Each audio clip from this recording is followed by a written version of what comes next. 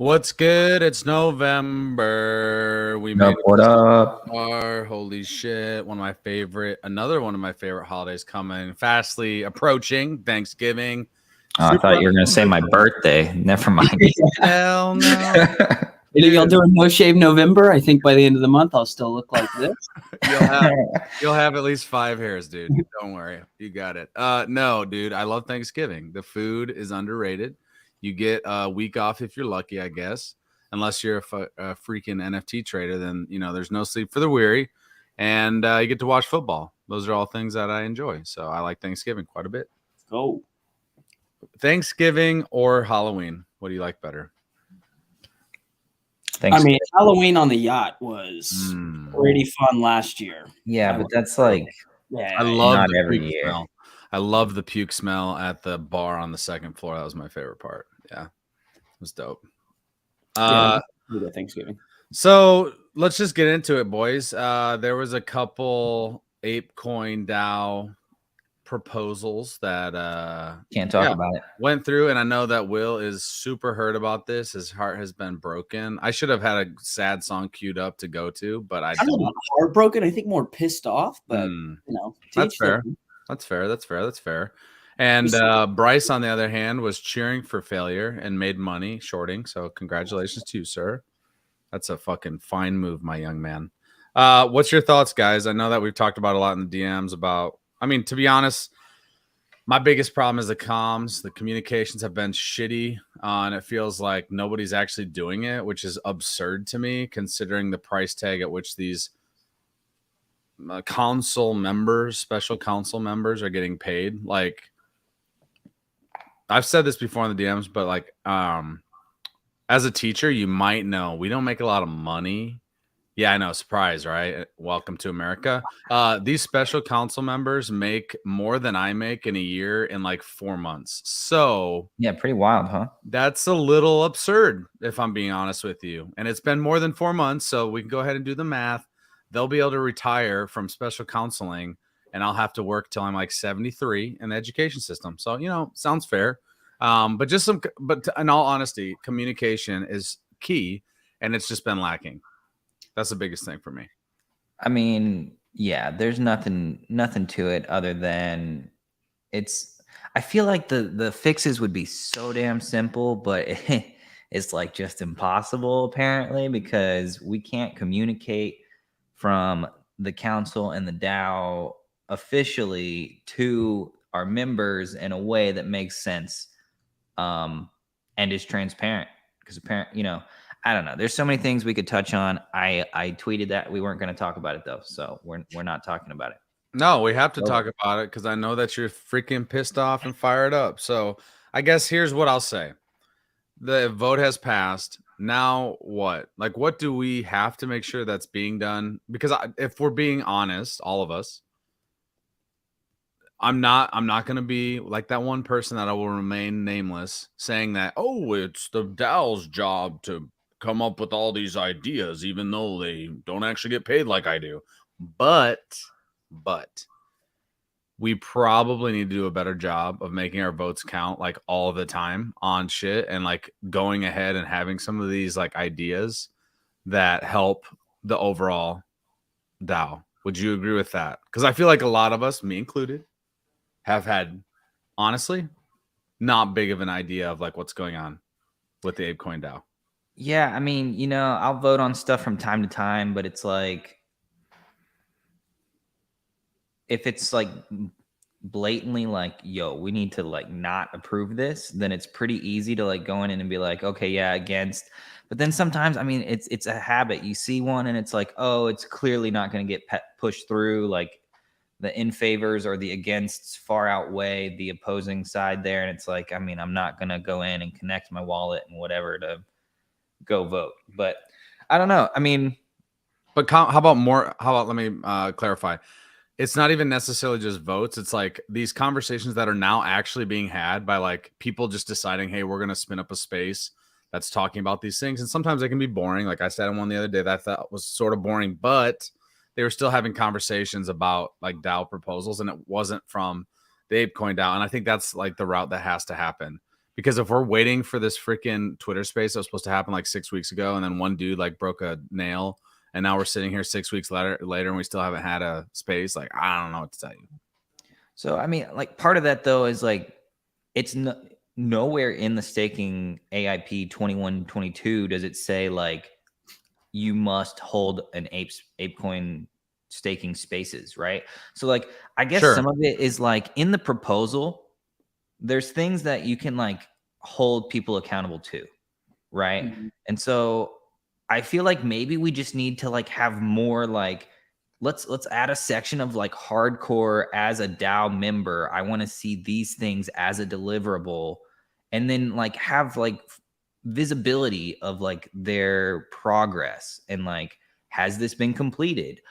What are we close to completion? Because like I feel like the biggest one to talk about has definitely been the staking contract. Everyone that was like waiting for staking was like, yo, we're waiting for staking. It said 3 to 6 months or years, I think actually was in the small print. We just but the initial, not 3 to 6, it was 12 to 16. And it said 12 to 16 weeks to implement it. And then it was like coming up on week 11 since that initial proposal got passed. And then they came out and they said, hey, we finally selected from a group of bids who's doing the staking contract. Well, we didn't have like right? Horizon's doing it, which, okay, Horizon's doing it. They worked with the Ape Council to launch the coin in the beginning anyways. Sure, fine. But like, y'all collected bids. We had a conversation. We went through and we had some options that y'all selected, and we didn't even like have any inkling of a clue that was actually going on behind the scenes. Yeah. So it's like when you have that whole thing, like totally blindside, like the entire group of people that are like, kind of anticipating like, hey, staking should be close. And then it's like, hey, actually push that 11 weeks to the right at a minimum. Now we're counting 12 to 16 weeks from today. Yeah. So like my biggest I agree, there, dude. though, is like if we're gonna have bids for something like this, and you're gonna turn around and say the DAO member should have thought of this to implement a bug bounty. I mean, if we had been a part of the process, you can talk about things like safety on the front end. Right. Yeah. So I agree, dude. I could go on about this for a minute because I've been like wound up about it. And we're paying Llama DAO like $45K to do nothing essentially. I mean, I thought the council members got paid a bunch of money to like handle these relations, not have, some random DAO get paid $45K to be a middleman of information. But heck, I don't know. Yeah, dude, it's tough. Bryce, what are your thoughts? I know you're fired. I was going to say, I think we table this conversation because we have let's do it meeting in our lobby. Dude, very special guest. And I told him if I die on stream, it'll be one for the ages because I'm getting older. A little tiny backstory of this man.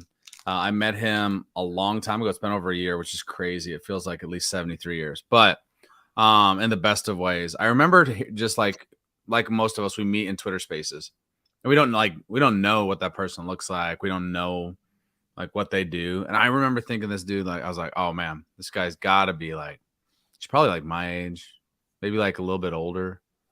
And I'm not like that old, but I was like, dude, this guy, I mean, he's freaking brilliant. He's wise. He talks well in the space. Not that you can't talk well as a young person. Please don't stone me, young people out there.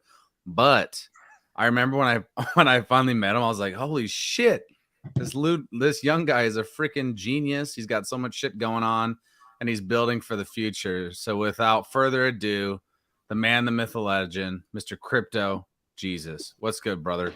How's it going, guys? Thanks for having me on. I appreciate it. Dude, it's been a minute. Obviously, we have taken on a lot of spaces together.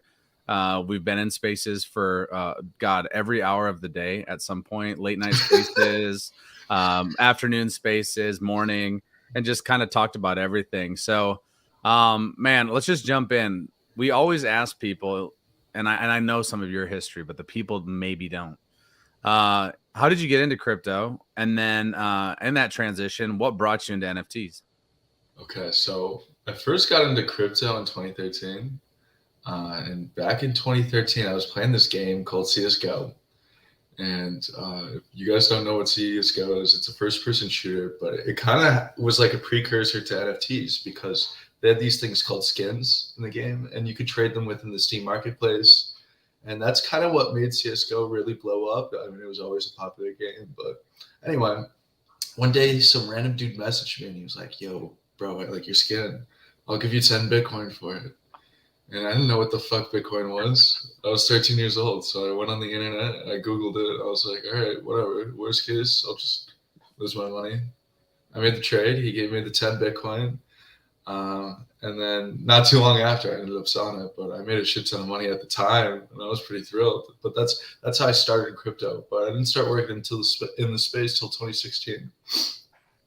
Dude, 13-year-old getting Bitcoin. What the hell was I doing when I was 13? I was definitely not acquiring Bitcoin via skins. Dude, I fucking paper handed it. You damn paper hand, dude. You'd have been retired at the age of whatever you are now. You know? Sadly, that is not enough money to retire off of these No, days. and it's getting worse actually. So we need to continue to accrue Bitcoin and Ethereum. So Yeah. I mean, obviously, you're talking about how some of this gameplay made sense to you, and so when NFTs became something that was a little bit bigger on a larger scale, I'm assuming it clicked right away for you. But then, what were you trying to navigate through when you're trying to like look at NFTs and understand the whole ecosystem? Granted, in 2021, you could pretty much mint almost anything and think that you were a genius like a week later. So initially, I originally experimented with NFTs back when CryptoKitties first came out. I think it was back in like 2017, and it was just for me. I wanted to just use some cool new technology, and I ended up just completely failing at my experience. It was way too frustrating to do anything. Like the infrastructure was so poor at the time. This is pre-Uniswap. Keep in mind, OpenSea I think had just come out. And it was really just a wrapper for the Wyvern protocol. So it was still very, very primitive. But I didn't really start to get into NFTs until 2021. I heard them somewhat in a mainstream setting. And I was like, okay, maybe I should revisit this. And I first bought an NFT off like Gemini's marketplace, I think. And then I bought it an NFT from AI Art House off of OpenSea, because to me I was like, I'm only gonna actually understand NFTs and what they are and this whole ecosystem if I take the time to put my money where my mouth is. So buy a bag and then you're gonna learn about it. I bought artificial intelligence art and I quickly learned that was not the move. And then actually the next thing I tried to do was buy a Bored Ape and secondary on OpenSea for half an ETH. And I remember I was in the back of a warehouse at the time. I used to work for the government. And my shut the stream down. We're out of here. Yeah.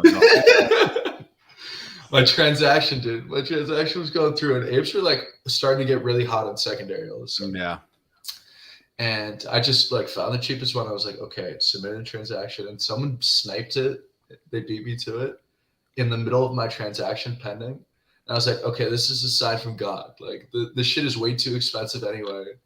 And I didn't buy it. And it wasn't a sign from God, but it was a sign from something. The sign was FOMO.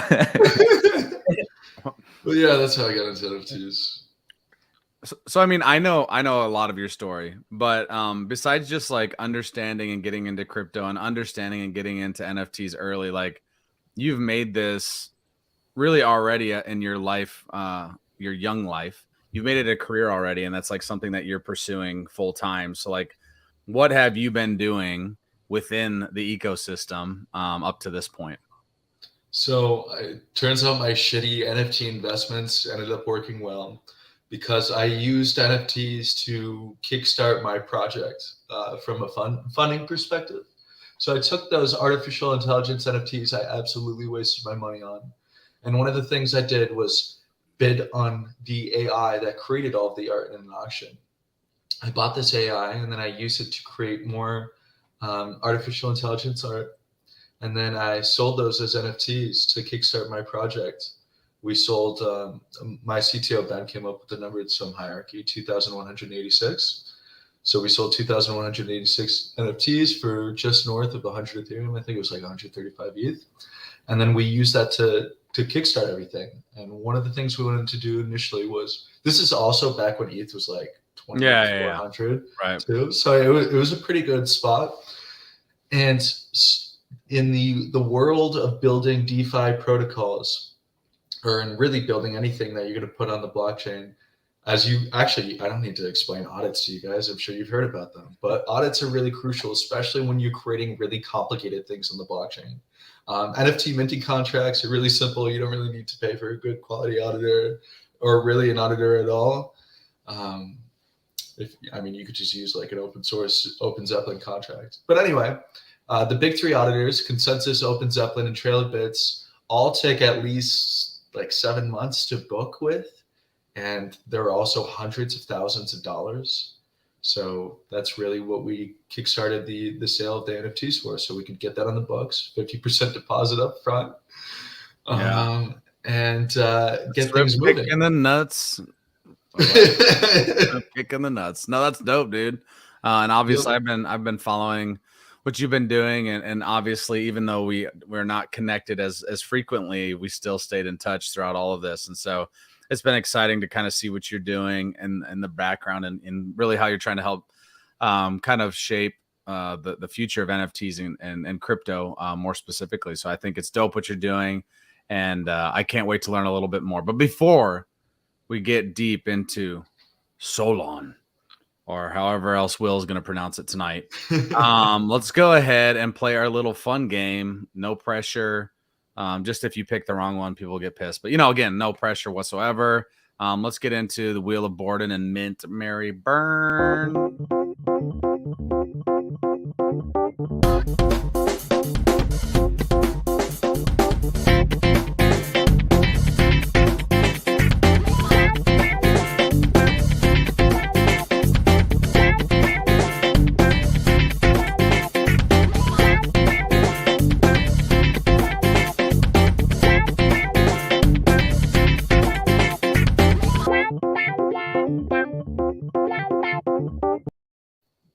All right. So, of course, we had to jump in and get some of your wallet involved here in Mint Mary Burn, and obviously make our very high quality intro. Takes many, many days and hours to slave over that. That's a joke, but we like to have a little smile on your face as we jump into Mint Mary Burn. I guess you probably know where this is going. There's going to be 3 NFTs. You can mint one, and that means you can flip it, of course, for a profit. You can marry one that obviously never leaves your wallet. And then you do, in fact, have to choose one to send to the burn address. Are you ready to play Mr. Crypto Jesus? I am. All right, let's get into it. We got just 3 random Bored Apes.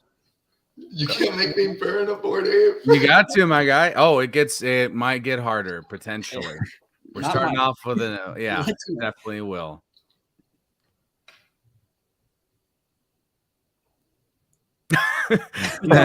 He's starstruck. He can't. This is an impossible question for him. Right off. All right, I got my answer. All right, let's go. I would marry Trippy Hat, mint Trippy fur, and burn fur coat. I'm sorry. I feel like, when it comes to like apes of this status, you really can't go wrong no matter your decision. Yeah. But God, I never clean pimp coat like that. Yeah, I mean it's always an interesting one. Like, it's a toss up. You either really like Trippy and you really dislike pimp coat, or you really like the pimp coats and it just outdoes the Trippy hat. I mean, I don't know. I haven't even looked at the floor, so I don't even know how comparable they are, but I would assume pimp coat is going for a slight premium over Trippy. I would agree if I was just guessing, because I feel like a lot of people have held on to pimp coats specifically. So I know we started off actually kind of semi-easy, so let's continue this this fun game. We got some fire mutants. We got to throw in some of those. Keep in mind the left 2 are M2s, while the right one is a gold M1. So it's great choices by Mr. Bryce. Great but choices. it is the gold fur with a fire merch. I would have to mint 1, marry 3, and burn 2. Oh, sorry, Mr. Pizza Mouth. I'm sorry. Rest in peace, my guy. All right, turning up the notch just the heat a little bit here. We've got 3 gold fur. You know, got to burn a gold. Casual. But merch hats all across the board. So Yeah, I mean, yeah. It's also you like really what are can't the go odds with wrong. that? What are the odds with like how many gold furs there are that 3 of them all have merch hats? It's a great question. I don't It's a know. great question. Somebody ought to run the numbers on it. Well, should I just keep running through these? Yeah, Yeah. dude. Let's go. Let's hear it. All right. Rapid fire. We'll 1, pick I would mint. 2, I would marry. 3, I would burn. I like sad boy hours on the gold. Oh, I like that. I think that's the first time we've said someone that actually likes the sad boy. So now we know something a little bit more about Crypto Jesus. Is this one? This Is this the one a double sad combo? Like, is that mouth considered a? Are we? He's crying. He's Is holding that it kind of back. like a man. bite your lip? Kind of like I'm so hurt right now. Like, It's fuck the bear market. I'm in pain. That is the pain, the tooth pain for sure. Indeed. All right, we got a couple more for you. We're gonna. Okay, I'm sorry. We got to do this one. Mega Mutant. I mean, I guess what's your cup of tea here? I'm gonna do the same. Mint 1, marry 2, burn 3. Yeah, I think that's fair. I think that's probably what I would do as well. The trippy in the middle is, I mean, in my opinion, is super It's dope. too though. good. It is. It's definitely one of the best ones for sure. All right, next you got to mint. You can only mint and marry 2 of these, so you have to burn actually 2 of the founders. So just make it a little harder. Okay. the actual people, not just the apes. Okay. I'd mint Gordon. I'd marry Emperor Tomato Ketchup. Oh, there we go. I love it, dude. That's the curveball that we've been waiting for. That's the curveball. Garga, rest in peace, my guy. That's the first time you've died on this show. Marry Emperor's ape? Because for me personally, I think that's my least favorite one out of the 4. Whoa, Bryce. I just feel like, how could you not marry Gordon with the blue beam eyes? Like that ape just in general is so clean. But, you know, to each their own. I would mint that one, though. I mean, you're going to be able to flip that one for sure. Yeah. Yeah, that's without any problem, right? You will definitely get a premium on that for sure. Let's go ahead and jump into, we'll skip that one for now. Let's go to this one, Mr. Crypto Jesus. We like to ask people our 3 apes, and yeah, just go ahead, whatever you think. There's no wrong answer here. I'm going to have to mint 2, marry 3. Phil, you win. That's right. Wow. Phil, congratulations on the big W. Yeah. The first time in the winner's seat, Phil. Yeah. Who calls you to Phil's? Is it the pink fur? Is it the halo? Probably the halo really resonates with me, but also like the fit. I feel like it's just perfect for Phil because you know he's got the tank top. He's like down with mustard on it. Yeah, dude. Of course, a good hot dog in my left hand, bro. Some mustard on the tank. Let's get it. Or is that some spit up from the kid? No, that's probably actually more accurate. That is definitely more accurate. Thank you for that dub. Let's go ahead and fast forward. I believe potentially these may be from a wallet that may be familiar to you, kind sir. Okay, I'm gonna mint number 2, marry number 1, and burn number 3. There we go. The smiles. What is that first one? Is that Anna Meta's? It is. It is. Oh my god, dude, that feels like a lifetime ago. I remember when they were saying like it was their life mission to get the floor to like 5 ETH or something like that, and then they just went. I love it. I love it. Let's go ahead and jump into Solon, Celine, however Will's gonna say it. I thought I was gonna pronounce it funny. You guys, I'm trying to get them all. I'm trying right the first time. Listen, I'm trying to represent. I'm trying to represent all the people, including myself, that say things wrong frequently. So, talk to us. You know, obviously, you had this idea. You talked a little bit about how you got it started and funded. But like, what's your overall like vision for it and the team's vision for it moving forward? So I should add, I just mentioned the NFT sale, but a few months ago we raised $600,000 from 186 Ventures and Soma Capital. Nice. And we're in the middle of a round right now. But we have currently the team is 4 full-time people. It's me, Ben, I'm not sure if you've ever met Ben Blue. I've met him via Spaces before. Oh, okay. Yeah. And then we have 2 other full-time people out of California, our head of product, Oliver, who's been working in the blockchain space since 2015. He initially worked on the IBM immersed blockchain for shipping. Then our advisor is Arjun Hassard. He's the head of product at AnyCipher for tokenomics. And Joe's our front-end developer, and he's out of LA, and he's self-taught, and he's doing great. But what we're doing is we've just created a product to make it a lot simpler for people to use Web3. Like, if I want to do one little thing today, I have to interface with multiple applications, go onto multiple protocols, open multiple tabs, and press a shit ton of buttons all to execute one simple transaction. And it's a pain in the ass. In addition to that, Web3 asset management is absolutely terrifying. Over $3 billion alone this year have been lost due to poor asset management.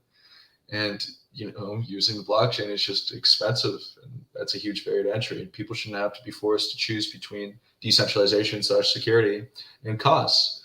So we took all these things and we're like, okay, the blockchain is naturally inefficient. How do we solve a bunch of these user pain points in one singular interface? So we decided to create a one-stop shop for all of Web3, where anyone can just interact with their favorite dApps from one central interface that's still completely decentralized. But it's just a layout of a bunch of applications, kind of like iOS is on your phone. But there you can have Bitcoin apps, Ethereum apps, Solana apps, Avalanche apps. You can also have normal Web2 applications that have open APIs like Coinbase or Cash App. But this way you can interact with everything in one place. And then on the back end, we've implemented something called account abstraction. But basically what that means is for the first time, it allows or smart contracts to act as top-level accounts, which are just user wallets. And since it's a smart contract, we can just code it to do whatever we want. And in doing so, we've changed the way data is actually executed on the blockchain. Instead, we have it all executed by a third party. And this is because us as individuals, we're naturally inefficient. We're basically in the dial-up age of the blockchain where we interact with everything directly on the blockchain. And if I'm just a normie, I'm just going to go to like uniswap.org or OpenSea to look for an NFT or looks rare. I'm not going to go and search thousands of different platforms and liquidities to find the best price, right? Right. So we created an ecosystem where professional arbitrage traders get orders from users, and then they go out and they place those orders based on a multitude of factors, including MEV, arbitrage opportunities, bundling transactions together to reduce gas fees. But the really cool thing is now that data is all being executed by a third party, it's still completely decentralized because users sign, it's just a signature, and their signature that contain their input and output. So what I want in return for what I'm giving you. And since the bundler is the group that's actually executing it on the blockchain, users don't even need to hold Ethereum in their wallet anymore to pay gas fees. They can just pay them whatever asset they want. So you can pay for everything in US dollar coin. You don't even need to hold ETH in your wallet anymore. But also, since it's all executed by this third party who's professionals at trading in market inefficiencies, you save money on your trades, you get the best prices, your trades are also more secure, and you press less buttons because you don't have to like do all these permissions and signings and approvals and all these other things. So when does this go live or go into effect? What's the timeline for someone that's looking for more information? So our first product, the desktop interface version of this, will be out ideally at the end of this year. And on there, you'll be able to, let's say, trade on Uniswap. When you click the Uniswap app through our interface, you're still interacting with Uniswap smart contracts. It's just you're going through our smart contracts first. So when users submit orders through the Uniswap app, for example, it's just, hey, that order goes to a bundler. That bundler then goes out on Uniswap and accounts for a multitude of factors, including other users' orders and MEV and all these other things to make it cheaper for you to transact on the same application you would use anyway, get you better prices, and also just make it so you have to press less buttons. And that's it. Dope. I'm going to throw it to these two dudes because I'll be honest, they're definitely more active in the trading space. Bryce, Is that what you're raising your hand for or something? No, I was pointing at Will. Oh yeah, Will is definitely the most active, but I'd love to get some of their questions and perspective on what they're seeing. And obviously we've seen a lot of new things come out too, and more focused around like marketplaces. And here's the surprise of the day. That's sarcasm. Meta decided, hey, Instagram, we're gonna be an NFT marketplace. I'm like, oh, everyone saw that fucking coming like 20 years ago. But obviously this is so much more than that. So Will, go ahead and fire questions off. That'll be way over my head.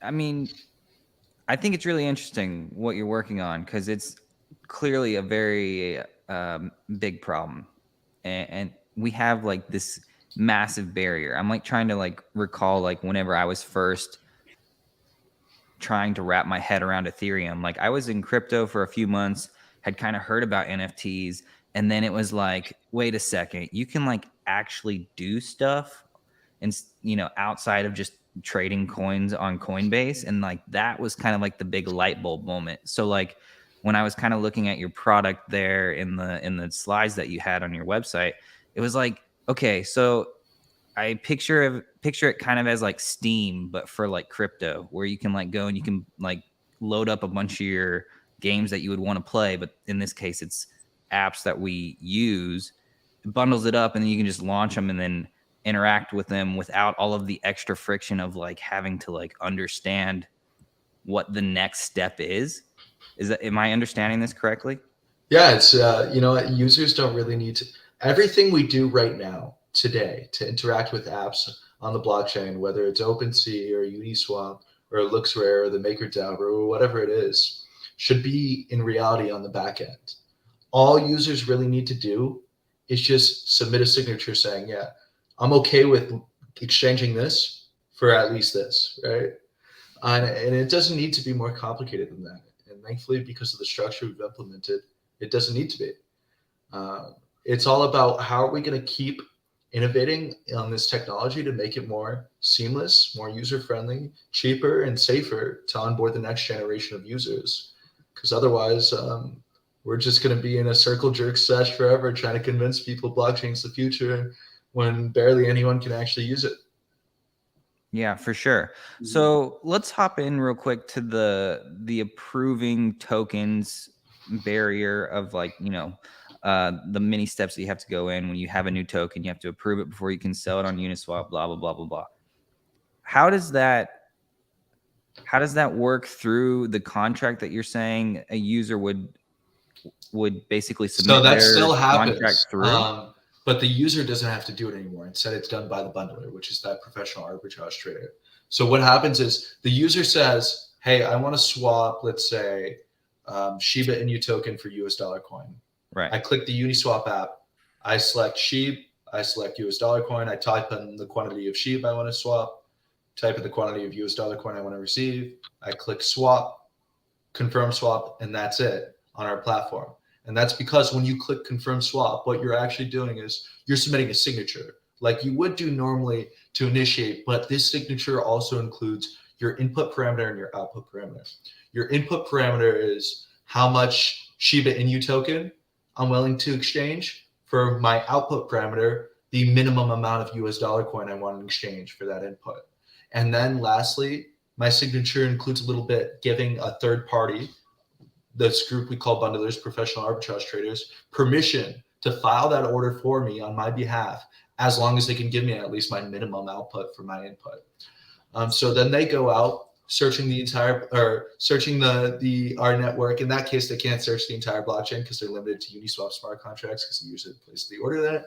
But anyway, they go out and look for other orders placed by other users. They group them together to reduce gas fees, because let's say if I want to send $10 to you in Ethereum versus if I want to send $1 million to you in Ethereum, in one transaction, it's the same gas fee, right? So they go out, they bundle a bunch of these transactions together to reduce the cost of gas. In addition, they take advantage of other factors like MEV, and then they're incentivized to share some of that profit with the user, because at the end of the day, the user's selecting whatever bundler or arbitrage trader they want to use, and they're going to select whatever ones have the best returns. And for these arbitrage traders, these bundlers, they have access to a network of decentralized liquidity they wouldn't have otherwise, with no risk, because they can't even execute these transactions in the first place unless they can give the user their requested minimum output. And they're not going to execute the transactions until they're profitable to do so.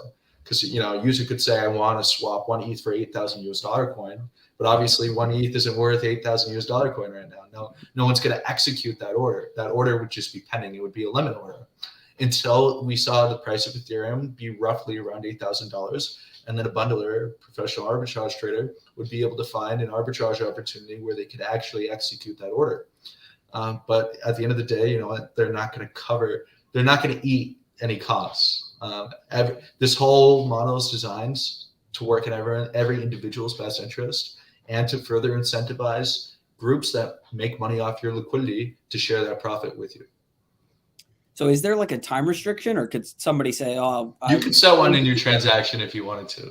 So you could say, hey, I want this transaction to expire in like 1 week. Because some people will want to do limit orders, right? Right. Okay. Interesting. Or you could say, I want this transaction to go through instantly, and maybe it would only save you like, 3% versus what a transaction would be like if you went straight through Uniswap via MetaMask. But yeah, it saves you 3%, and in addition to that, it's just easier and it's safer. So one of the other things we did is we implemented social recovery instead of the normal like seed phrase wallet process. As I'm all sure you know, when you guys are setting up MetaMask, you have to like record 12 to 24 words, and it's a pain in the ass, and a lot of people get lost along the way. The average person, it takes over 30 minutes to set over a wallet for the first time. But on Solon, it's you create a username and password, and that's it. And then if you want to further secure your wallet, you're prompted to select, I think we call them recovery addresses. And recovery addresses are just other wallet addresses you have control over. They can be friends, family members, whatever you want. And if you made them, let's say your parents, for example, let's say you got locked out of your wallet, or a malicious party took control of it. You call up mom, you call up dad, you say, hey, can you click this forgot password button for me? They click it and you get your access back. And a really cool thing is, in addition to each wallet, we generated what we call a vault in parallel. And these vaults are smart contract wallets with time locks. So let's say a malicious party were to take control of your wallet. Obviously, we prompt you from the beginning to keep the majority of your assets in the vault. Anything you're not trading on a daily basis. And this vault, let's say, has an example, has a time lock of 3 days. If a malicious party were to take control of my wallet, they drain everything out of there instantly. Then they try to drain everything out of my vault. That transaction takes 3 days to go through. I have 3 days to then initiate the social recovery process, regain control of my wallet, which it's instant once you initiate it, and cancel that malicious transaction. And when I generate a new wallet, it generates a new seed, when I initiate the social recovery process, it also generates a new seed phrase, kicking the old party out. So, okay, I really liked what you just mentioned about having this like time delay. It's something that I feel like maybe a lot of people would be interested in, especially like Bored Ape owners, since we're so susceptible to getting hacked all the freaking time. But like, I was thinking about it. It's like, if you're really going to lock down your ape, like you may as well have some sort of like time delay in when you're going to move it, because like the reality is like someone's not going to just like suddenly flip a switch and be like, I need to sell this in the next 30 minutes. I mean, it could happen. I thought you were about to do that. I thought you were about to do that after the ApeCoin vote, but go on. Bro, no. Another factor with that is people before had the argument of, well, if someone already initiated that transaction, it doesn't matter anyway, because it's not like you're going to be able to cancel it. Or if you do, it's going to be a battle. You're going to be fighting against the person who has existing control of your wallet, because they'll probably do anything to get that Bored Ape. But that's because every form of wallet, like custodialship we've seen on chain currently, is fairly primitive. Multi-sigs are a little more advanced, but those are still fairly primitive. And Vitalik Buterin wrote a whole article about social recovery. You can find it on his website, vitalik.ca. And we haven't really seen anyone create any social recovery wallets since. There's like one protocol that exists today that's implemented social recovery, but they didn't do the structure we did with like the vault thing in parallel.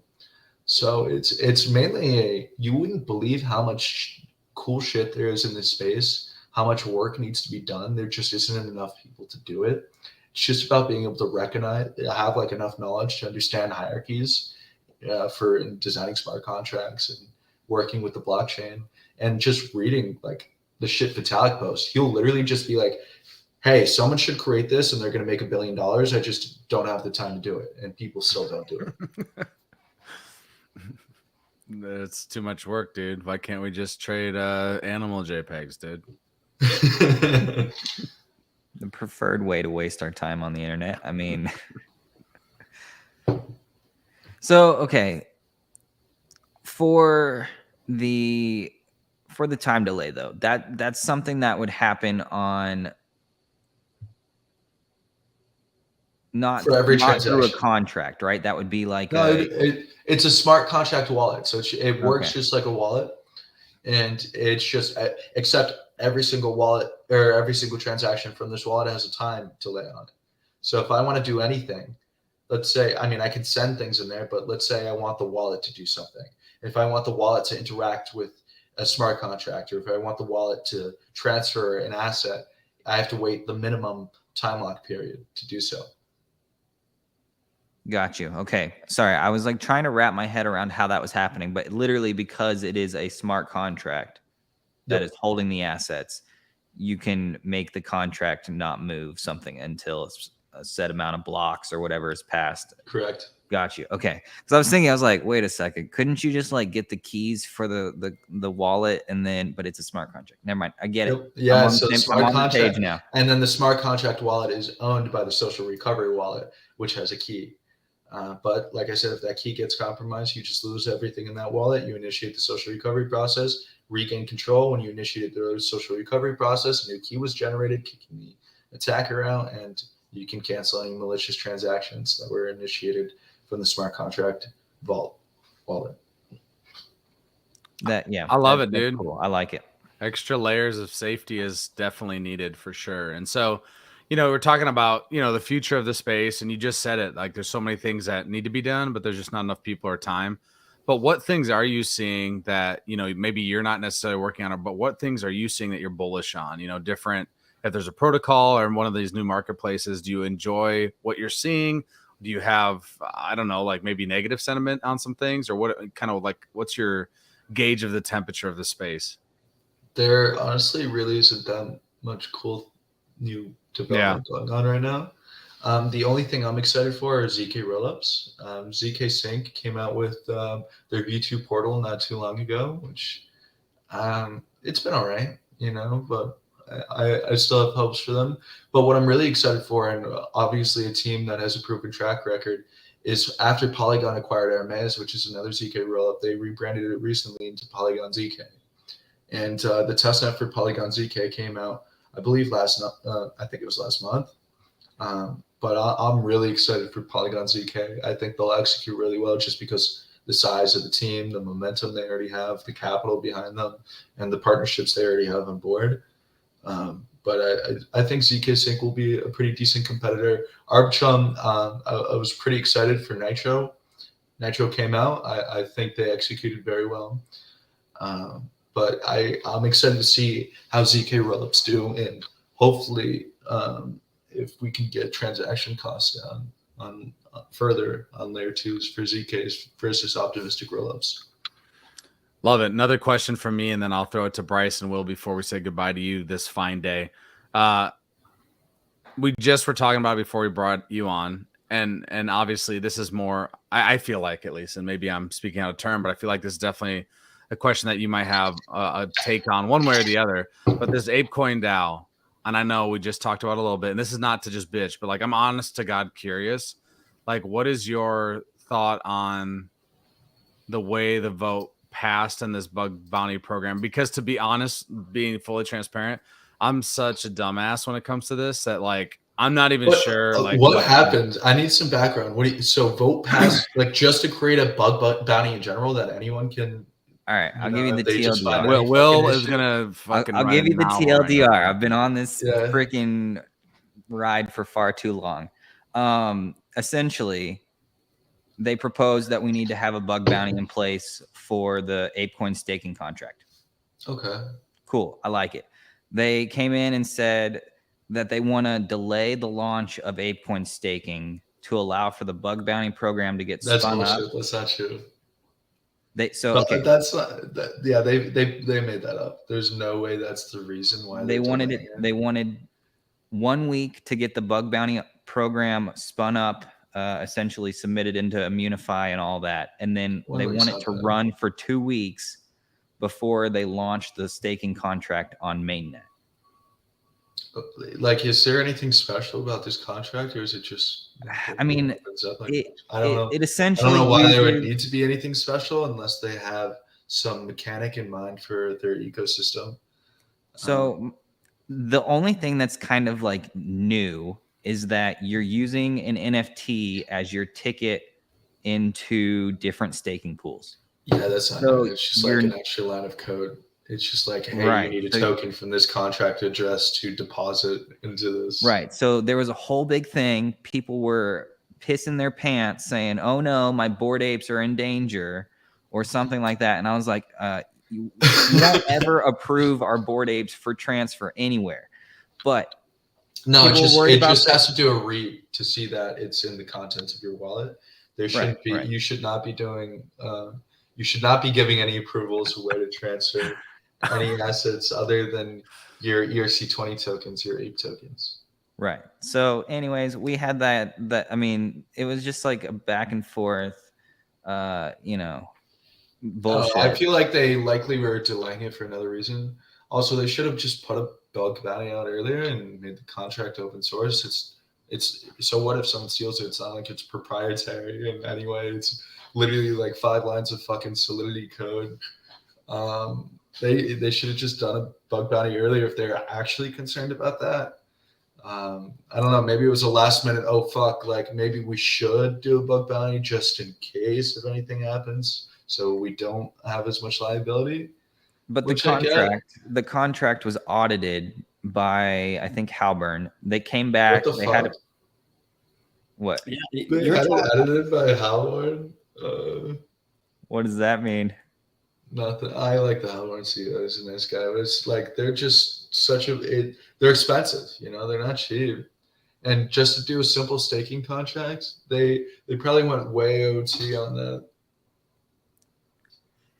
Well, you know, we could have used your perspective on the front line of the against the bug bounty program. Halburn is like $40,000 per engineer per week. I'm pretty sure. And now I know who to put up for the special counsel. Crypto Jesus. I will be running your campaign as your campaign manager. In all reality, I do think that in all reality, jokes aside, I think conversations like this, though, that of people that, like you just said it like in a dumbed down version, but I think that's necessary because sometimes people try to like throw so much fucking information at people that it's actually just confusing for dumb asses like me. And so like if you can just straight up say like, this is what's happening, this is what it could be, this is what was maybe necessary, and maybe this is where this is just over the top. I think that's important in any conversation when it comes to NFTs and crypto, because a lot of this is new for a lot of people.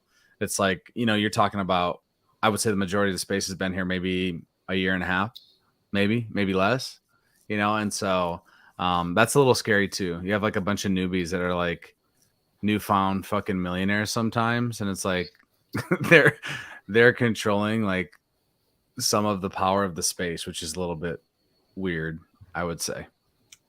A little bit. Non-native technology people. So well, I gotta say though, I feel less crazy for all of my ranting and raving over the fucking bug bounty bullshit that happened. So well, how big's the bug bounty? Like 40K? 1 million ApeCoin. What? Are you serious? Are you actually serious? Yo, I'm not even kidding. Like, well, it's up to 1 million ApeCoin, right? Well, yeah, I guess. It. Like, but I mean, if someone finds anything that's not just like grammatical in that contract, Halborn, the Yuga Lab should be getting a refund from Halborn. Well, to be fair, it's Horizon that hired them, and it's separate from Yuga. But what the fuck is Horizon? They're in charge of all this shit. That's the thing. Like Yuga did it. Why? Well, that's what the DAO voted to.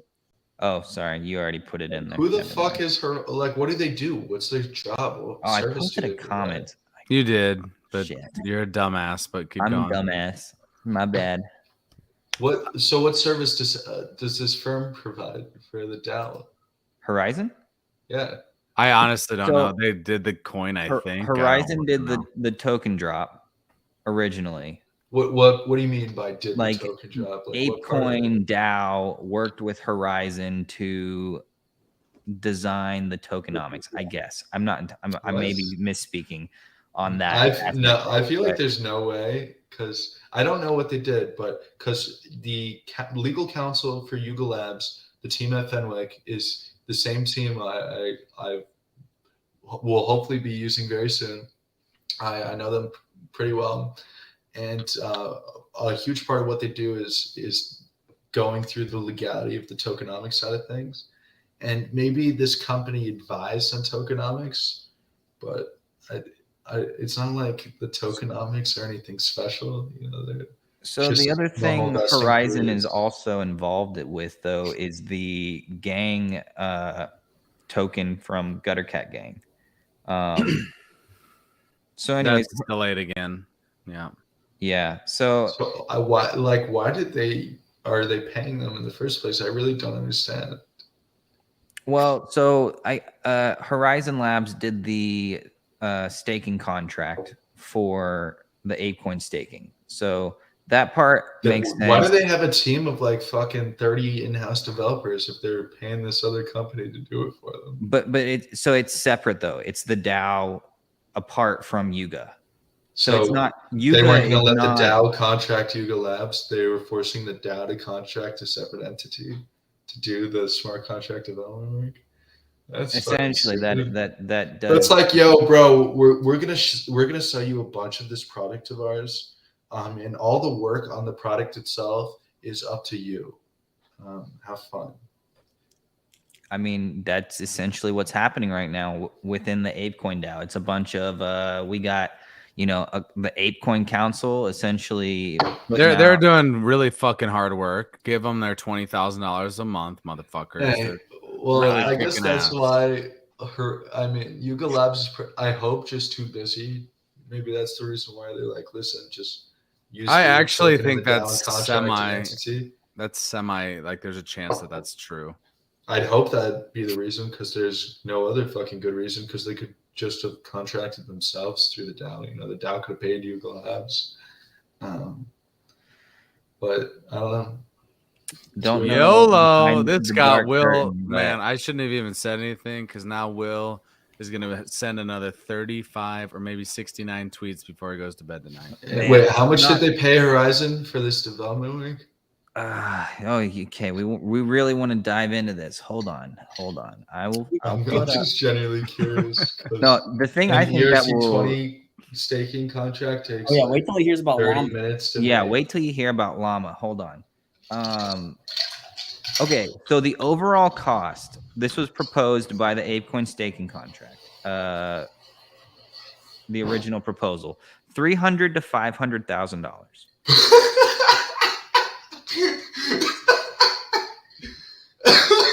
Okay, so that includes, in your words, the expensive audit from Halburn.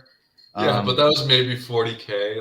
Like I said, it's literally but like. You said it was per week, though, right? There's for me, for like thousands of lines of codes and 27 separate smart contracts, it was 4 weeks of auditing. You know, like I'm assuming one whole week, which I would say is very generous. It should have taken a fucking day of auditing.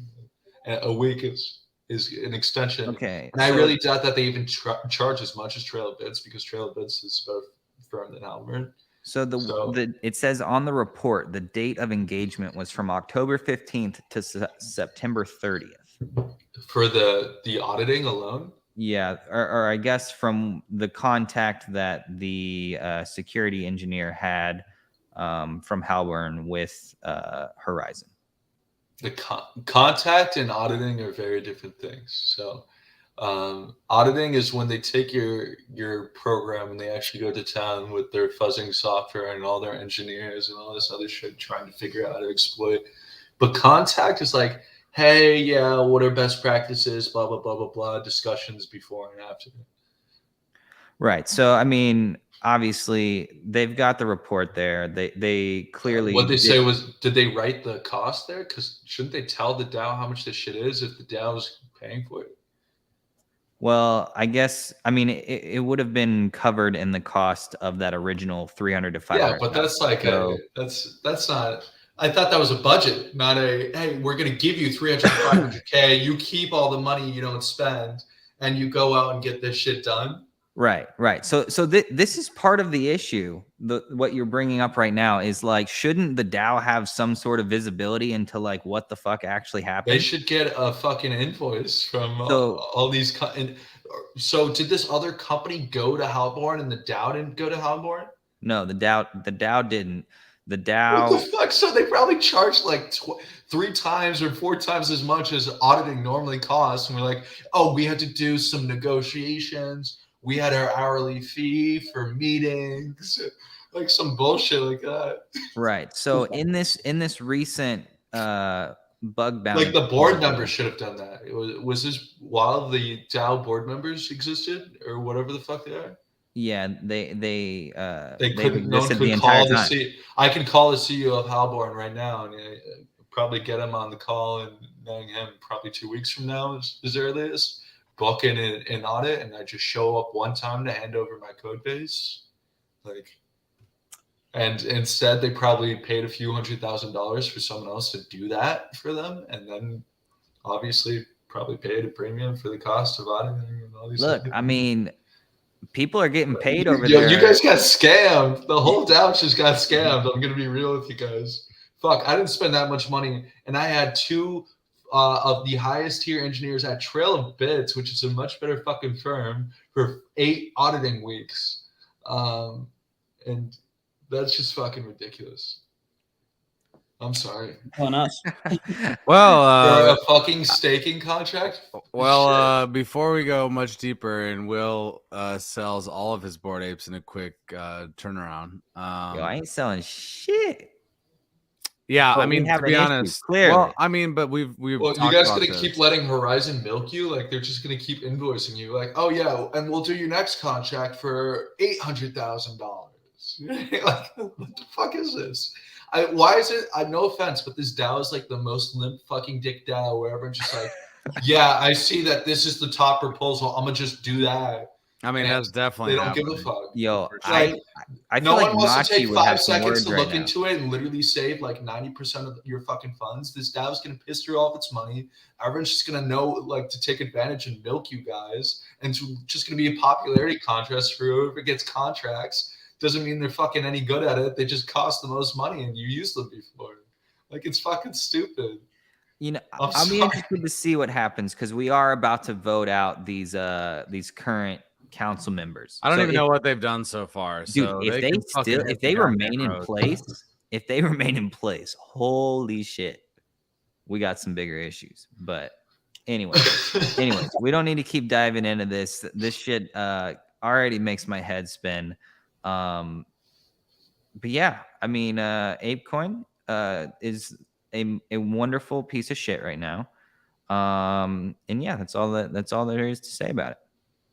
Well, with those beautiful words, man, that's a fucking poem right there. I just want to say thank you, Crypto, for coming through, dude. It's been too long, of course. Man, you've always been a friend in the space to me, and you've always given me great information just by listening to you talk and make my head spin a little bit. But at the end of the day, I feel like I gain something from every conversation we have. So I just want to say thanks for coming through, dude. And, let us know when there's updates so that we can obviously highlight what you guys are doing over there. And please stay in touch, my dude. Thank you guys very much. I appreciate it. Thank you for taking the time to have me on, and have a great night. All right, dude. We'll see you, brother. See ya. Dude, Will is going to fucking burn. Will is just like, yes, thank God he agrees with me. Wow, yeah, my goodness. Will was bricked up 1,000%. Dude, I literally have been just bullshitting on the timeline about this stupid DAO and how everyone just needs to wake the fuck up to what's happening, and nobody has given a shit one bit. Safety. Nobody's giving a shit. So, anyways, I don't know. That's Is it going to change? That's because they're Probably fucking not. minting art gobblers. That's why. No, who's minting art gobblers though? Dude, at least 2,000 people. The influencers are, so that's great. Yeah, we love when influencers get a free 30,000. That's dope. They've definitely been fucking grinding, you know, fucking Dude, giving I lots think of alpha. the best turn in that story was all of the influencers dumping day one and then getting just blown out of the water by not holding, because they could have just 2x their freaking money if they had waited 24 Dude, hours. who gives two shits? If you got 15 ETH out some bullshit ass art in literally 3 seconds, I'm out. Like I am 1,000% out instantly. I mean, they could have been milking some goo and then sold that shit for 20 ETH. I mean, come on, man. No one's milking any goo. And I'm gonna be really honest with you. I don't even want to fucking know what that means. Like, dude, I don't know. I went down this rabbit hole. We're not going to talk about it right now, of some of those old videos, and I'm going to be very straight with you. Dude, that shit was fucked up. Whack as fuck. It was super whack, dude. And we're paying 18 ETH for this shit. Like, what are we doing right now? Like, what? When I was looking through art gobblers for the Mint Mary Burn, and like one of the traits is like, "Oh, your right arm's a boob," and it like squirts out milk, and I'm like, "What is this, dude?" You should have put the GIF version in there. It would have been icing on the cake. Strap on one for sure. That's a really high quality shit we got going. So. I don't know, dude. Overall sentiment. Did you guys buy the capsules of Bored Ape merch? That's my next question. Yeah. I don't know. Did we not talk about this? No, well, I maybe think in the DM. We talked about it. Phil was like, "Oh, are you guys getting anything?" And Will, you and I were both like, "Nah, not really. Don't think." And then so. I turned around and I bought both. Like, so yeah. I don't know. I mean, I did bought the capsule. I didn't buy the small one, but. So my take there though is like, is everyone? I mean, Jesus, yeah. Anyways, I don't want to think about the price. To me, 110%. Yuga can keep dropping expensive fucking merch on our heads under one condition. Don't get mad if we don't be paying royalties. You know what I'm saying? Yeah. Because I've done some OTC deals. I'm like, okay, I'll pay expensive merch as long as you keep on not complaining about my OTC trading. I actually heard an interesting thought, and I agree. Like I kept thinking, like, why can't we get some free shit and then normies pay whatever that we're paying right now, typically. But I thought this perspective was interesting. I'm not saying perfectly right. But if you're trying to, let's say they are trying to build like a iconic brand, right, in clothing, which I think they are. I actually think they're trying to do something. They're just dropping black hoodies, dude. But now look at their shit though. Like they're actually like, I feel like that's something that they want to do.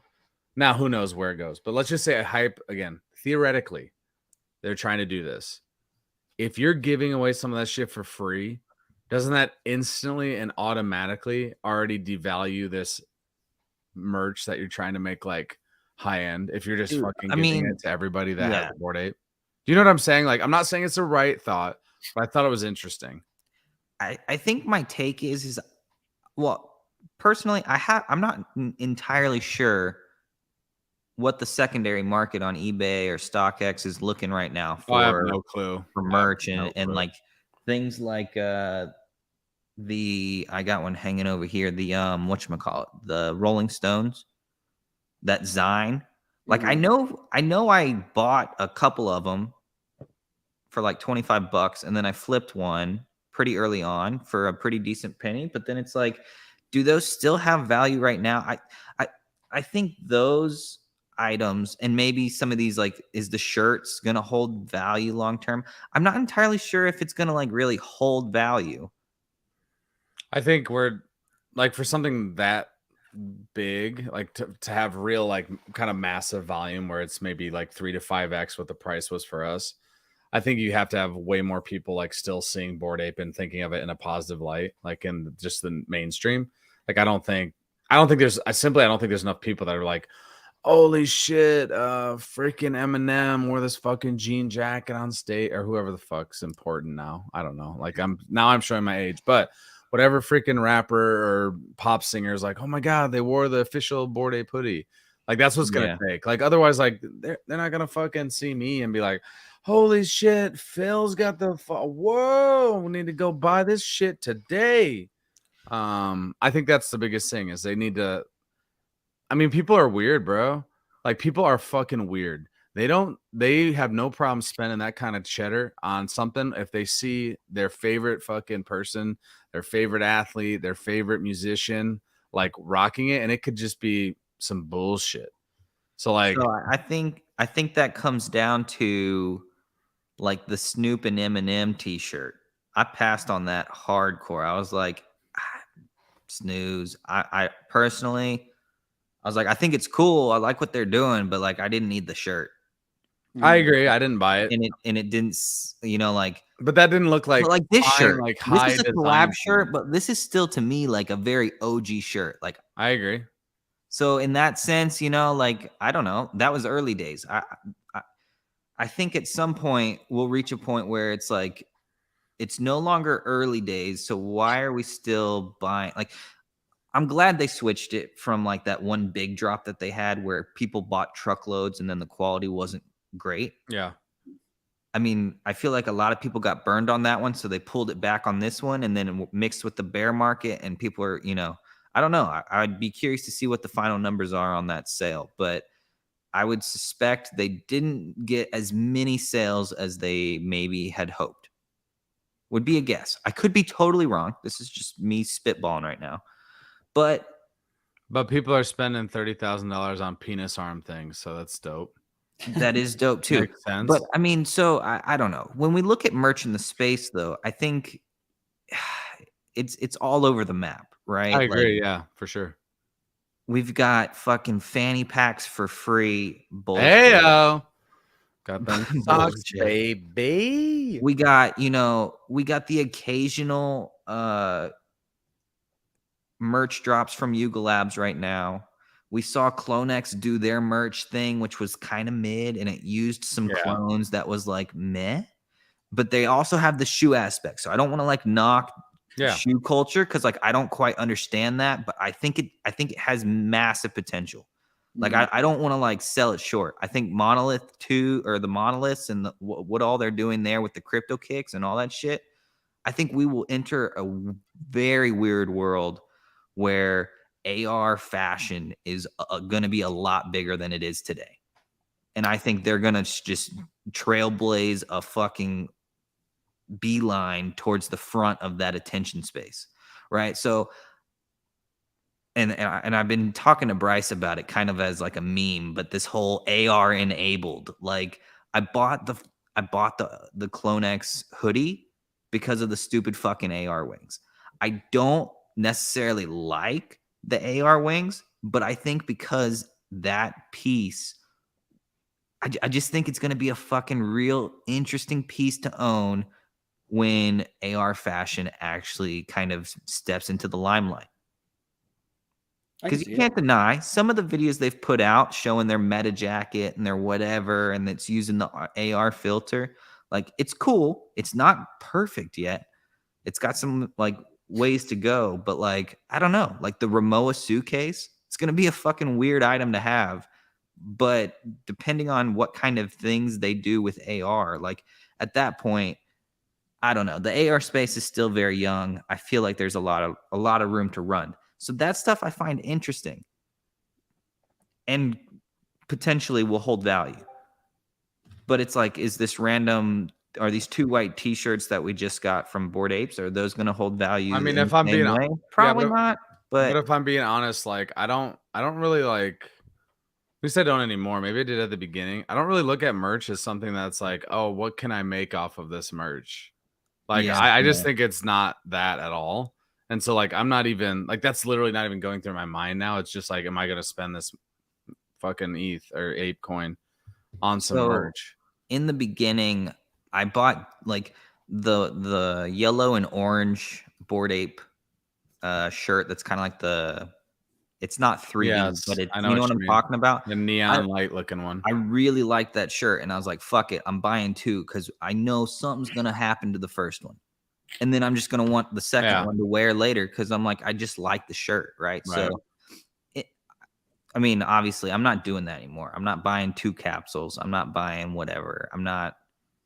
I'll buy stuff to wear it, but I don't think buying stuff to flip or whatever is as No, and I think the majority of people's like mindset has changed on that. If I'm being honest, like at the beginning, I was thinking, oh my god, I need to get 2 of everything because I can sell this. But like at this point, like honestly, I have some unopened shit in my closet, and I'll probably just wear it when my other shit isn't wearable anymore because I like it's some of like the OG, like the literal OG hoodie that's fucking just fire. Like I have one in a fucking wrapper, so like whenever I want to, break that out. But I mean, I know what you're saying. At the beginning, I definitely saw it this is a flip opportunity. I've been on the eBay streets before.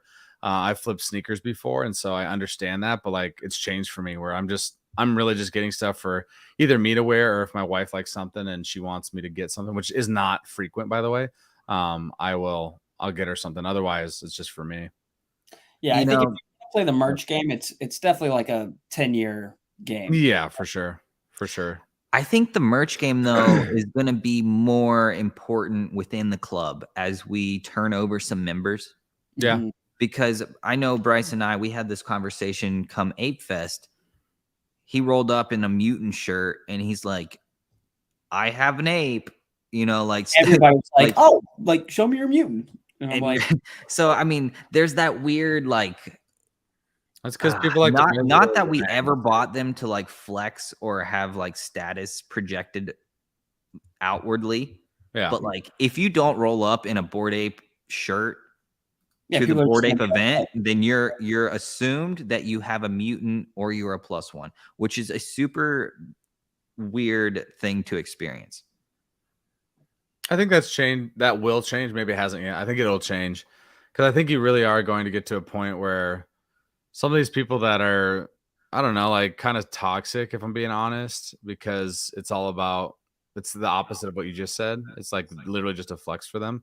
Yeah. I think what we'll see is some of them will disappear because, if this bear lasts a little bit longer and they decide to just fucking check out, and we've already lost some of them, I think that's good long term. Like I don't know, like for me, I'm just bored currently, and it's getting like more boring by the day, and I feel like I'm spending a lot of time like just listening and trying to like stay attached to the space, and it sort of feels, this is selfish, but it kind of feels pointless at the moment because like I don't have anything that I'm like looking forward to. Like I'm not looking forward to minting shit. I'm not really looking forward to anything except when is the next Bored Ape announcement. That's not a retweet of my own self in a hoodie, like getting punked by a fucking post that I created, right? And then I'm like, oh my god, an announcement. That's just myself sitting there. Disabled retweet. Yeah, I know, dude, but I'm sick. No, but I'm just like ready for other side. And listening to Gordon and Garga, whenever that was, a week ago, 2 weeks ago, I don't know. I've lost track of time right now. They've said as much. Comms will be better, which we got to see them deliver, of course. But I think they noticed that it and realize that it needs to be better. And I really do think we're going to see, like, when I say frequent, I don't mean weekly or even monthly, but more frequent deliverables and more transparent things starting, I'll say January. He said December, January. And I couple that with Garga saying multiple experiences before other side going live. Like that to me adds up to like we're getting some sort of voyage like at least every other month starting in 2023. Dude, I mean, I truly believe that. It's gonna have to happen that way. Yeah. I mean, because eventually, if they keep stalling long enough, we'll be through this entire bear market, and then it'll be back in the bull market and be like, hey guys, wake up. It's go time, right? And maybe I don't know to what extent this happens, but it does always seem to play out that some of these projects drop stuff at the top of markets.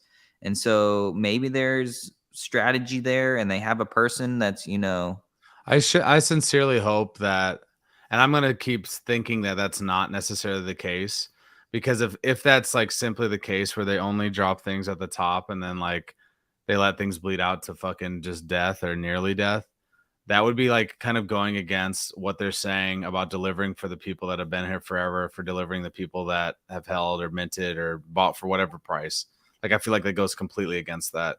That doesn't mean that they won't be like, look, of course they're going to look at the markets, right? They're not going to be like, holy shit, everything's terrible. Let's fucking drop this collection. But I don't know, like, that's an interesting thought for sure. And I'm sure they're getting counsel on it for sure. They've hinted at it though in some of the interviews. They've said like, hey, you know, like we're gonna kind of like, I think it was but like other side, like we knew it was gonna take a while. So like naturally. But I think somewhere in an interview, Nicole kind of like was responding to the market being down, and she was saying something about, you know, like we've kind of designed it in a little bit of a way that it'll be picking up steam, hopefully in alignment with a market that will be healthier. So like if we've bottomed, right, and then the Fed pivots and that is like the go signal, I wouldn't be surprised if after that signal, if things maybe even picked up a bit more than what they had been. Like maybe if we were doing once every 3 months, if we switched to like once every 2 or you know, I don't know for trip wise, but like they're gonna want, like when momentum is building, you got to use it to your favor.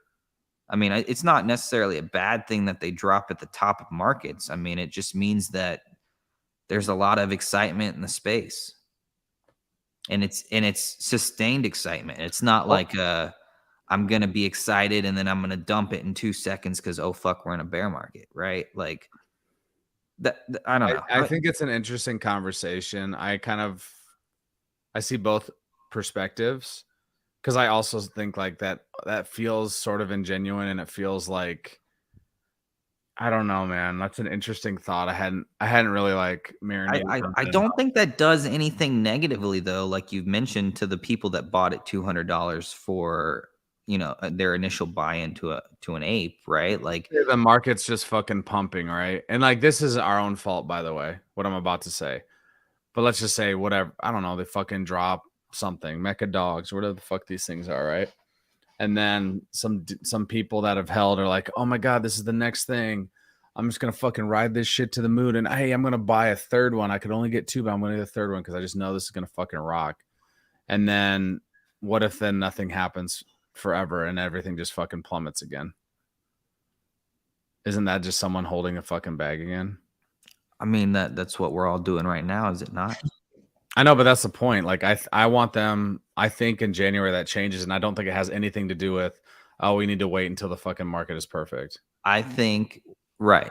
So I don't think that will be the case necessarily. I think stuff will obviously start to change come December, January. And, you know, they didn't say that would be an outward change. They just said their teams would be firing, you know, consistently internal, right? Like that's still might not mean we're getting, you know, grade A comms come Jan 1, right? Like we still might be like Oh man, I don't know. I think I disagree. I felt like the way he said it meant that that's when they're ready to go. And right now they're working through like, we need to make sure that we're all on the same page, that when we say this, that we're ready to go. That's, I mean, like yes and no, though. I mean, I'm really hesitant to hold them to a December or January. We're hearing, you know, guns blazing. This is what we're doing. I mean, I don't doubt that we will start to see the shift, but I think there could potentially be a further lag time than just saying, hey, we're going to get something exciting in December and January for Bored Apes or Meebits or those things. I just think they meant like we're trying to still assemble our teams, and our teams should be functioning like a well-oiled machine come December and January, and we should kind of reach our stride. And then once you have that time of like, hey, okay, now we've been operating as this functioning unit for 3 months, maybe, then we can start to actually deliver on these things. That was the way that I took it. I know you're reading it a different way, but like I personally, at this point in time, I would much rather play on the more defensive side and say, that they still are working internally to get their teams up to speed. What I'll say is comms doesn't mean they're delivering a bunch of fucking mind-blowing shit, but I'd be extremely shocked if the comms aren't better starting in January. That's what I'll say. I'm not saying that they're going to be like, and now we got the next fucking roadmap thing. It's only been 2 weeks, but here's the next thing. And your fucking mind is it's blown. going to be fucking 2024, and we're going to be like, holy shit, Jimmy still hasn't had his No trial. Like, fucking chance, dude. He's No been fucking so chance. wronged by this. Holy, I mean, we're going to have to set him free now. No chance, dude. No fucking chance. We'll be at the end of like the ape staking liquidity pool in 2029, and then it's gonna be like the last drop of ape coins about to come out, and then they'll be like, "Hey, I think we forgot about Jimmy." No. And with that, we need to shut this shit down. Jimmy needs to be freed sooner than later. We're hoping 20. No, we're not freeing that bastard though. I You're thought that was the point, but at that point, we held him for so damn long. We were gonna have to set him free because he's just been wronged. That's fair. It's fair. At that point, he served his sentence. I like it. Any last thoughts before we wrap this one down, fellas? It's been an hour and 20-minute banger. Great information from Crypto Jesus, and now Will's been bricked up for the last 40 minutes. Because someone agreed with him fully. I just want to say these fucking lost poets from Hawk look disgusting. Do they? I haven't even seen it yet. Jameson just posted his transformation, and it just is frightening. It's like, why in the hell would you even? I don't know. Beats me. I mean, again, why would you want the strap-on art gobbler? That's so weird. I don't know. Strap-on gobbler or lost poet? What would you rather? Marry in real life. Oh, okay. Neither. The gobbler, bro. Oh my goodness. Wow. Didn't the right arm coming. Hey, come on. Didn't see that one coming.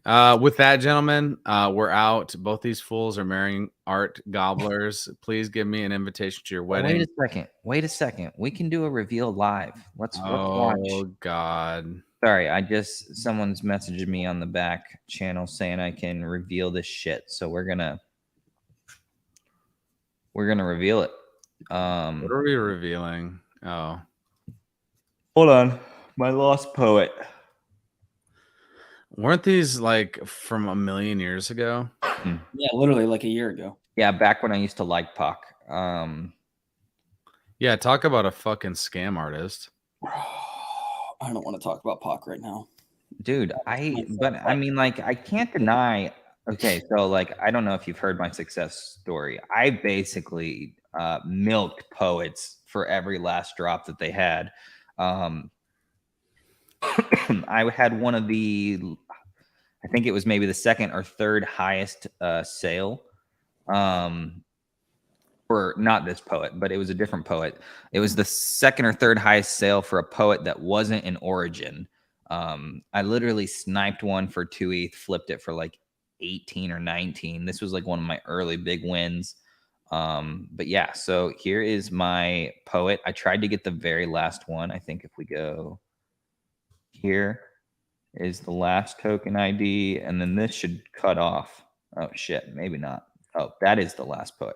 Anyways, I tried to mint the very last poet. I failed by 2. So yeah, apparently we're gonna have some kind of. What are we watching? It's gonna refresh the metadata so I can see what this shit looks like. I mean, that's ugly as fuck already. So yeah, I know. Well, I don't know how anyone in their right fucking mind was paying 18 ETH for this.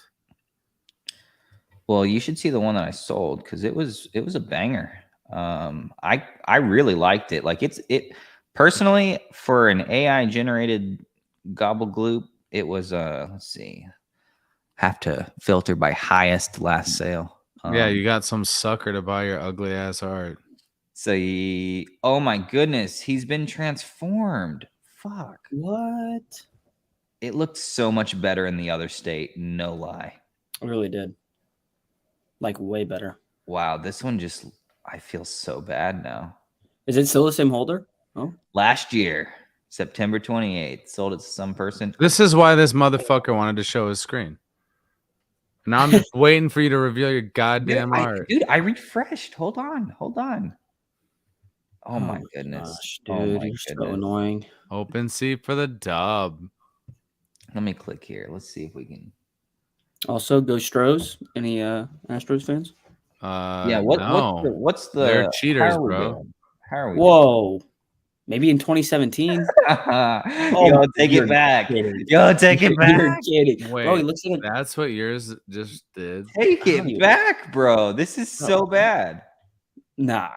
I liked Bruh. it so much better the other form. Holy shit. It's got like a butt crack for a nose, bro. Bro, it looks like a clown nose. Dude, It looks this like a is- clown and an ape. This had is so sex. bad. It's a bored ape, dude. 2023 Hold version, on. 2022. I mean, Okay, I mean, personally, goddamn, I wish it just stayed that way. I guess. Yeah, that's way better. I guess I should. His nose doesn't save- even look that red in there. No, he doesn't have a red. Oh man, I feel A hint of red. Pac did You me got dirty drafted. on that one, bro. I mean, he did the entire NFT space for dirty, but I'm sorry, sir. Were you What invested in the in fuck Pac? is this? oh, thank Christ! Then No. F off. I'm kidding. Well, Anywho, congrats on the clown ape. With that, this is the new board ape. There we go. Congratulations on your third. Gentlemen, it's been real. It's been fun. It's been really fun, I guess, too. Thanks Has again to it? Crypto Jesus. Thanks to Clown Ape for making an appearance to end the show. Bless you, my good sir. sorry. That's all I got. That's it. Dude, we got to take this atrocity off. There we go. Dude, that's a wrap. It's been real. Happy November, everyone. We'll be back next week. Wait. Oh, Wait, this motherfucker. Bruh. wait. Okay. In the quickest way possible. 30 minutes later. In the quickest way possible. In the current timeline, we are supposed to have the ape staking smart contract deployed to mainnet on November 23rd with rewards starting on December 7th. Does it Nothing happen? happened. Yes or no? No. I think no shot. Phil? Because Sure. Marie's gonna come up with a little proposal Okay, of hers. so- There's no fucking. I will bet you $1 million fucking dollars if she does another one of those. That shit is going down in fucking flames. There's But no safety, Phil. dude. There is no So why did fucking we vote the chance first they one? win another one. Like, there's no chance. So I'll say yes. Okay, so you think she's going to meet the Sure. deadline? Sure. Okay, Bryce, how many? Because weeks here's why, after- gentlemen. I'm gonna be optimistic because in my life I got too much shit happening that can be poor. That why the fuck am I gonna be thinking about some more shit that could be poor? I think 2023. 2023. All right, we'll see. It's gonna be I'll be home for Christmas. That's gonna be the ape coin singing to you, brother. That's gonna fucking Yo, be it here. better be pumping to 69,420 at Dude, that if it point. goes I mean, $69, I'm stripping live on $69 Board TV, on dude. Christmas. Literally, I'm gonna be naked pay on for Board TV. That's happening. With that, we love you guys. Appreciate you. If you haven't yet, check out the links below.